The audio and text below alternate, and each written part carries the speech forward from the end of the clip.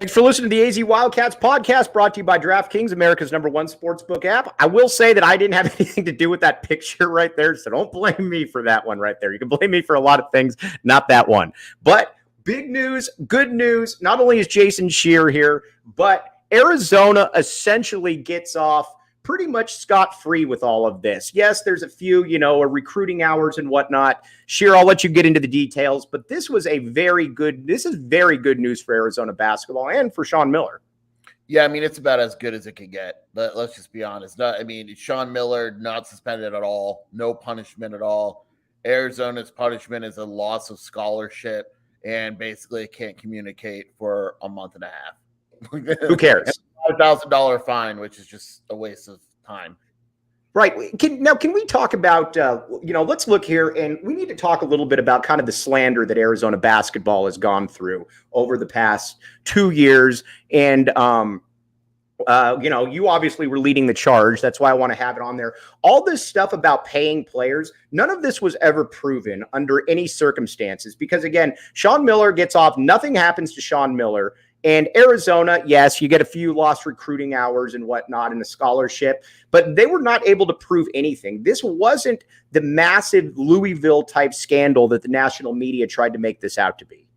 At the end of the day, you had the word of the felon, because that's what Christian Dawkins basically is, right? And some phone calls, but no paper trails. Like, people don't remember, like, the FBI raided Sean Miller's home. Right. Didn't find anything. Like wiretaps on phones, didn't find anything. It was, you have to be able to have some sort of proof, and they just never really had the proof. And at the end of the day, if you read the report that was released today, they really only had the stuff that they could prove, which was the Mark Phelps, Keanu Pinder loan, and the stuff with Book and the money for Javon Quitterly. All right, now I'm digging a little bit deeper in here. I guess where people are going to be a little bit confused, and I don't quite get either, is just in the NCAA, the way of doing things, it seems that the assistants generally get in trouble here, and that the head man, not saying it's right or wrong, it's just the way it is. Why do the assistants get hit in this and there's really no lack of institutional control levied against any program, not just Arizona, against USC, Auburn, you name it? Shear, you froze.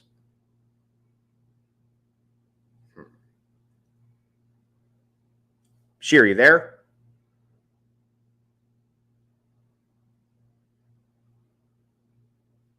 All right, Shear's frozen right now. We're going to try to get him back on. Shear, why don't you try to hop in and hop back out? Here, watch this. Let's see what we got here. Remove. Now let's try to add.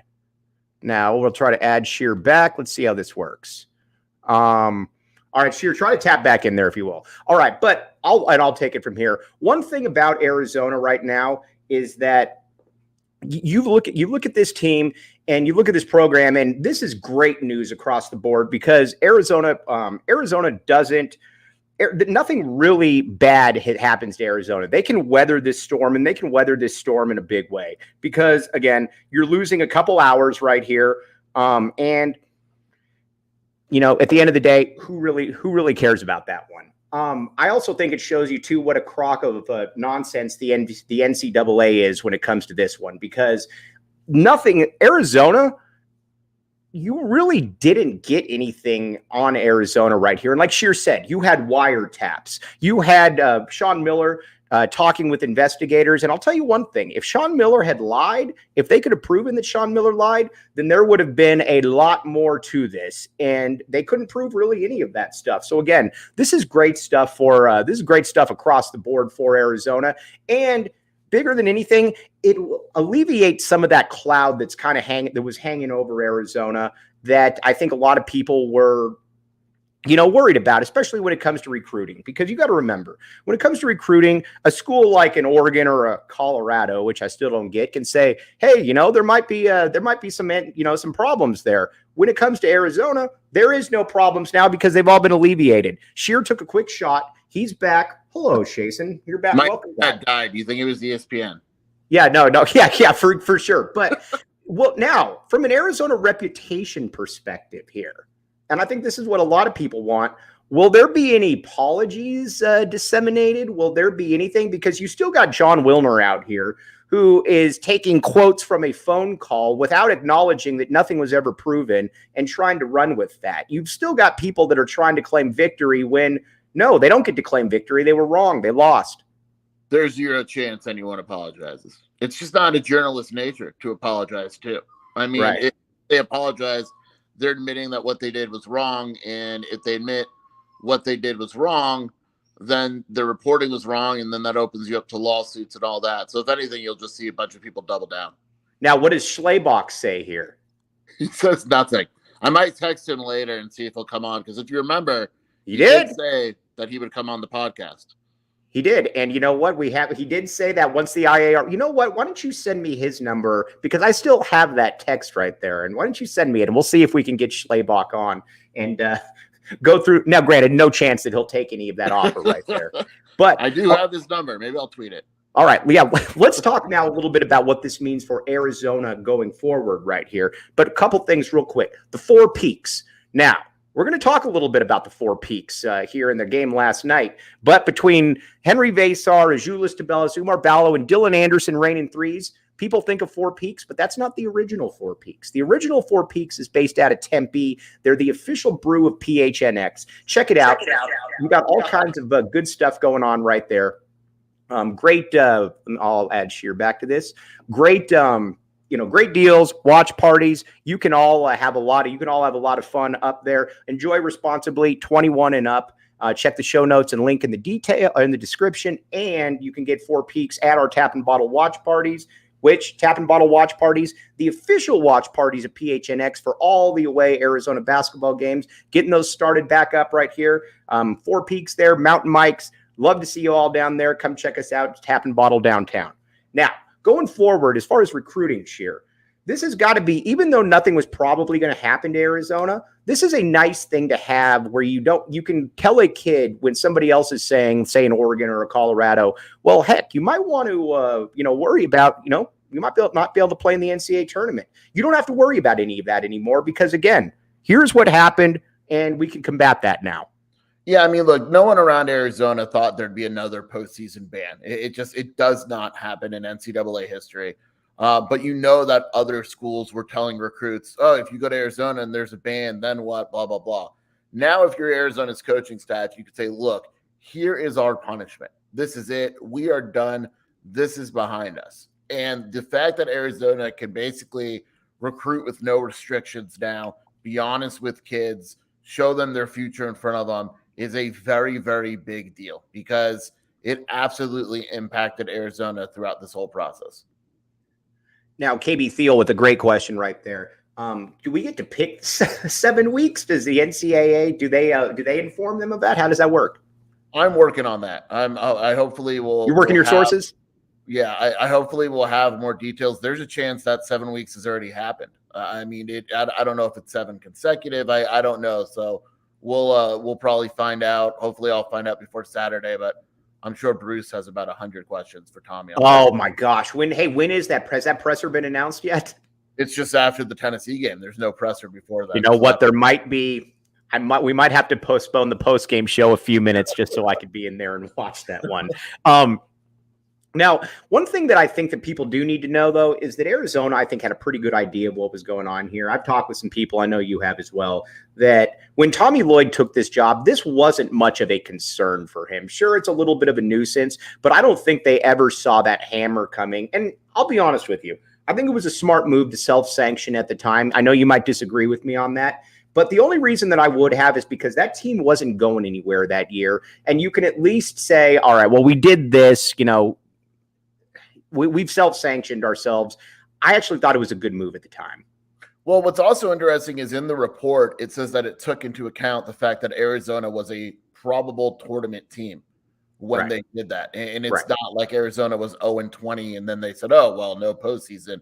They took into account that Arizona was decent. And looking back on it, it was clearly the right decision. I mean, it saved Arizona. Arizona's a top 10 team in the country. It allows them to be a top 10 team in the country and still make the postseason. And also, if you remember, when Tommy Lloyd signed the contract, there was a clause in there that said, if there is a ban or if you're hammered, basically, we'll add years to your deal. And so they knew it was coming and they prepared for it just in case it was there. But it was handled at the end of the day. I think, and since Deshaun Miller and all that, it's been handled well in terms of the self-imposing, because when you look at the full report, most of the punishments on Arizona were self-imposed and already completed. Yeah, we're already competed on top of that. Now, I've gotten people that have asked me about what this means for Book and Phelps. I don't think you'll ever see Book on a college sideline again, obviously. Now, I know Mark Phelps is your guy, and you're claiming a little bit of vindication right here. But what does it mean for your guy, Mark Phelps? I mean, look, I don't think Phelps will coach again either, to be honest. But the one thing that I'll say, and what you're referring to with the vindication is, he was fired for the Sharif O'Neal thing. That's basically the biggest reason why he was fired. That wasn't, and I kind of spoke out, and I said, the timing, I would have just let his contract run out. The Keanu Pinder thing is the only mention of Phelps in today's report, meaning that the Sharif O'Neal academic fraud that, ESPN reported and others reported too, didn't happen. It wound up being a nothing burger. And it was basically Keanu Pinder. And it wasn't even the loan that screwed over Phelps. It was Phelps telling Pinder to cover up the fact that he got a $500 loan. Had Phelps not done that and self-reported and all that, he wouldn't have a show cause, and that would be that. So he kind of screwed up in that regard, obviously.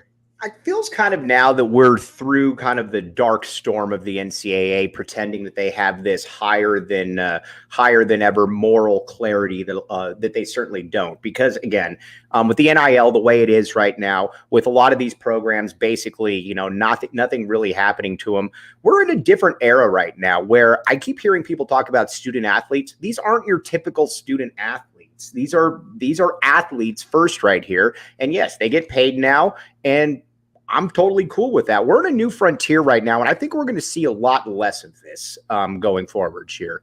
Isn't it amazing that Book went to jail and had basically had his life ruined for something that's completely legal 5 years later? I mean, that's what's going on. You're just paying recruits, and he was one of the first ones to get caught doing it, and now it's legal. And it's just, I like Book. I don't think Book's a bad person, and the fact that his life is ruined over this whole thing. And then, 5 years later, it's completely legal. That's something that's not lost on me. All right. Now, let's talk. Now, rhymes with look. Do you think there will be any comment from that person?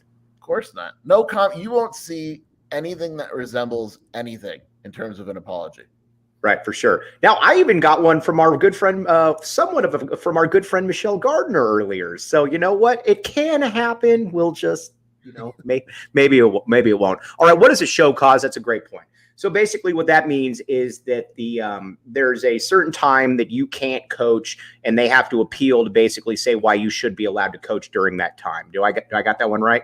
Yeah, you got to go in front. You basically have to prove or try to prove that the coach isn't going to do anything. You're going to watch him, and that he has to coach basically. Like there's no better option, and I love them, but Book and Phelps aren't coaching anytime soon. Right. All right. Now, what I've got to say, too, about one thing that Anthony Humbert, you're mean, Anthony. I see you keep asking about when Bagley's going to be eligible. It's very funny. And she answers every single time.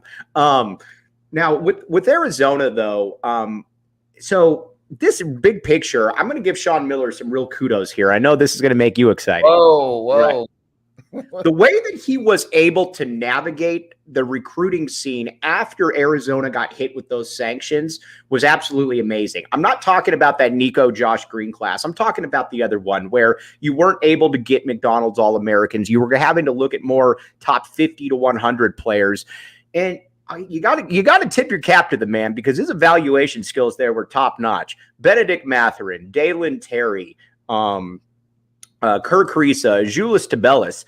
That could, in hindsight, go down as maybe the best recruiting class in school history. And if it's not, it's right there. And that's with your back against the wall with everybody at you. So again, I'm going to let you opine for your guy right there.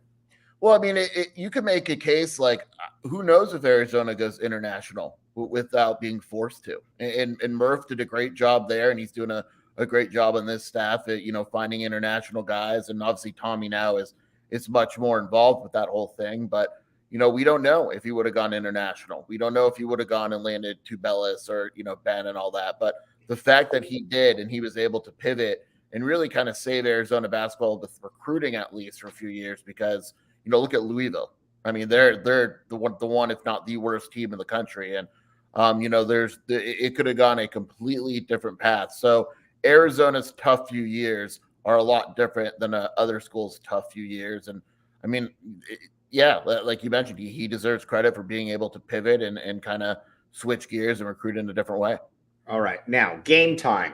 Is there any good big game coming up here Saturday, Shear? Anything you know of? I think Arizona's playing Tennessee. All right, we're going to preview that here in a few minutes here, but we're going to get back to that. But let's just say to yourself, all right, we know the game's Saturday, but I'm going to wait until Friday to look for tickets. Well, not a good idea, but that's where Game Time comes in. Game Time specializes in the procrastinators out there getting you your tickets at many times 60% off. Check it out. Chef Duarte in there. Yes, I needed to back the A right there. Thank you, sir. They specialize in getting you your tickets last minute at many times at 60% off. And so check it out. Again, check out the show notes and the link in the description. Best way to support PHNX is by buying your ticket through the link in the description right there. All right, the back the A's are coming in hot and heavy right now. We love it. All right, we're going to get to the pinball and everything out there in just a minute and what to expect from Tennessee.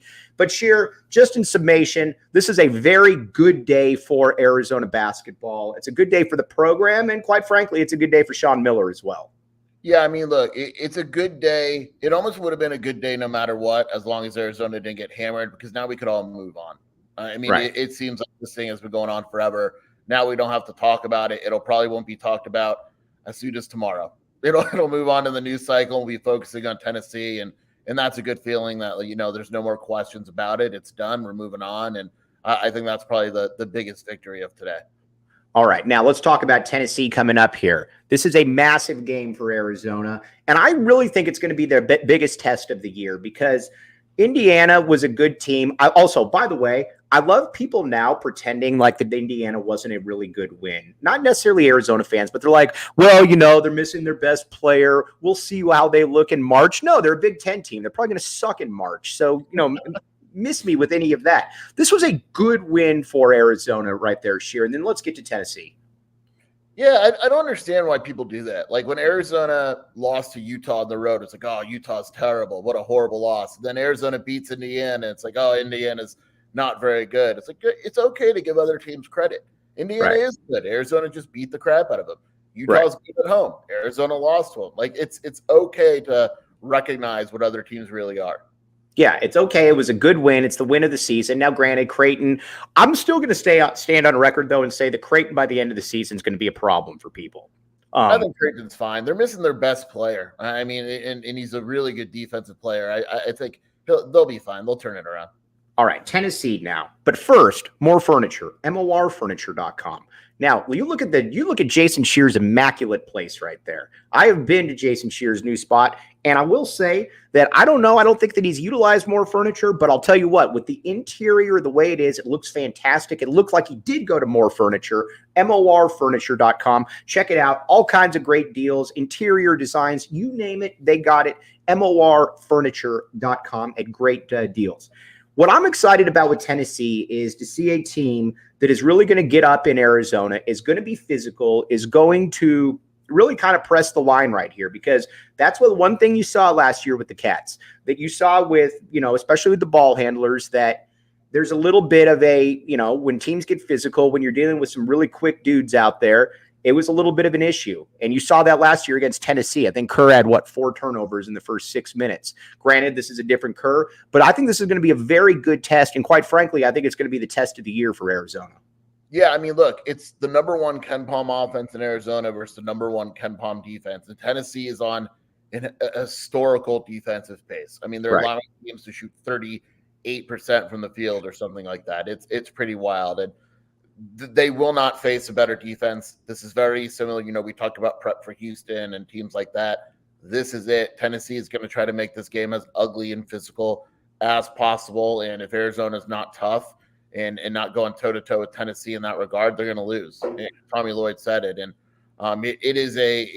they're physical, they're good rebounding, they're good defensively. It will help Arizona win or lose. Obviously, you want them to win, but it'll help them win or lose, kind of prepare for the rest of the season. Azuolas Tubelis and Umar Balo are the best big man combination in the country, correct? Yes. I don't know who would be better. I know I keep telling you I got to sit and look, but the fact that I have to sit and look probably answers that question. Yeah, I mean, we're looking at some pretty historical stuff right here with the way that Zoo can run the court, with the way that Balo has played. And I wanted to ask you this as well. Umar Balo, I get a lot of people that say, you know, would he come back? Probably not a great pro prospect. Talked with a few people that they wouldn't be at all surprised if Umar Balo was back next year. Can you imagine if Umar Balo was back at Arizona next year? Yeah, I wouldn't be surprised either. I mean, they're really close, him and Tommy Lloyd. And if Tommy goes to Umar and says, look, man, I think you need one more year. And Tommy's not going to BS him. If he's ready to go, Tommy will tell him. If he needs another year, Tommy will tell him. If Tommy goes to him and says, you need another year, there's a good chance where Umar probably says, yeah, okay. And when you look at the growth and ability that Umar's undergone in the last year, and then add another year to that, you're talking best big man in the country, player of the year type of deal. And I think what people need to realize, too, is that you can definitely win in different ways. Miller and Lloyd do things totally differently. Like, you know, with Miller, he recruited at such a high level that it was just like, all right, which top 10 players are we bringing in this year? With Lloyd, granted, he struck out on some guys that I think he probably should have gotten. But you can tell the thing about him that he relies more so than anything is fit and interior development. And you just look at the fit. You look at guys like Courtney Ramey and Cedric Henderson. They have been absolutely perfect fits for what Arizona's wanted to do right there. And then you look at the development of a guy like an Umar Balo or Kirk Kriisa. It's going to be different. He's not going to be bringing in top 5 classes after top 5 classes. It's just going to be a lot different there. Yeah, and you know, when you look at the teams that win, a lot of times it's those teams that, yeah, they have a one and done, but it's mostly, you know, upperclassmen. It's veteran guys. It's a veteran point guard. And, you know, I think that, yes, Tommy Lloyd wants the best players in the country, but there's something to say for development. He doesn't want it to be just kind of a revolving door. And there's going to be on this roster every year guys that are in their second, third, fourth year. And the thing that's funny is, you know, I always think when Sean had the team against Buffalo with Dobson and Nathan, and they got killed and exposed by Buffalo, and they had 2 bigs, and people were like, you can never play 2 bigs. Tommy Lloyd plays 2 bigs all the time, and his system is the reason why it's successful. I mean, he obviously deserves credit because when you look around college basketball, teams don't play 2 bigs. And that's why, because it's successful, you see so many teams that struggle to deal with what Arizona does offensively. All right, now let me tell you about Candlin real quick. Not a lot of kids have what they need to be able to make things work for them. That's where Candlin comes in. Candlin.org. You can go on there. You can check out everything as far as being able to help kids, you know, from tougher situations. And again, Candlin.org. Help them get the supplies, the needs that they all need. Candlin.org. Okay. Now let's talk before we sign off right here. My Bad Henry is now going to become a thing out there for you, Henry. Now, again, I was never on the total Henry isn't good. Anthony Humbert was, though. Now, Anthony Humbert's a very smart guy. You can tell, Shear, that Henry Vasar can play, and he's going to be a real problem before he leaves here. Yeah, I mean, look, everyone on the coaching staff knew that he was good. And the warning I got was like, look, he's good, but it may not happen right away. And it's not happening right away, but we saw flashes last night. I mean, when he gets going, the fact that he's, you know, 6'11" or whatever he is, stepping into threes and looking as comfortable as a guard shooting them. Right. I mean, that's something that, you know, is very rare. And he's going to have games where he struggles, and he's going to have games like last night. But eventually, when he reaches what he's going to be at this level, he's going to be really, really good. All right. Now, before we sign off, let's talk about recruiting right here. You got massive recruiting weekend here. You got Carter Bryant. You got Jamari Phillips coming in. Who are these guys, and where does Arizona stand with them right now? You know, Carter Bryant is a guy that dreamed. I mean, you hear about the dream school, and a lot of times it's not true, but he loves Arizona. He has a great relationship with the staff. I think Arizona leads for him, and he's a guy, 2024 wing. I would be surprised if he didn't come to Arizona. Jamari Phillips is really good as well, another 5-star guard.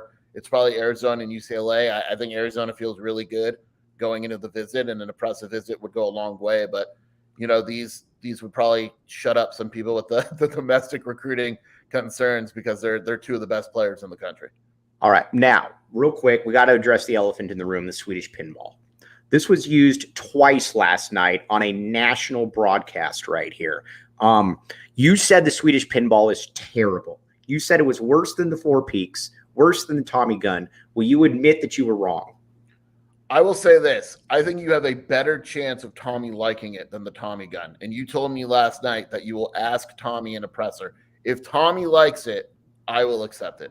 All right, so I'm going to ask Tommy Lloyd in his next presser. I'm going to say, listen, man, and if he tries to snap at me, I'm going to throw it over to Matt Muehlbach and say, your beef isn't with me. It's with Matt Muehlbach right there, Coach Lloyd. Just putting it out there. All right, Shear. You don't do it after a loss, though. Make sure it's one of those for sure. All right, now you got great stuff going on at Wildcat Authority. What's going on right now? 50% off Wildcat Authority. We're covered all the events of today. Signing days in a week for football. It's going to be a very, very busy few weeks. Wildcat Authority, then on Twitter at Jason Shear. Check it out. That's where you need to be. You can see me annoying the board as well for free on that one. So again, Shear, always appreciate you, my guy. We will talk to you soon. Everybody out there, love your comments. Great interaction. We will be back with you tomorrow. For Jason Shear, I'm Mike Luke. You've been listening to the AZ Wildcats podcast.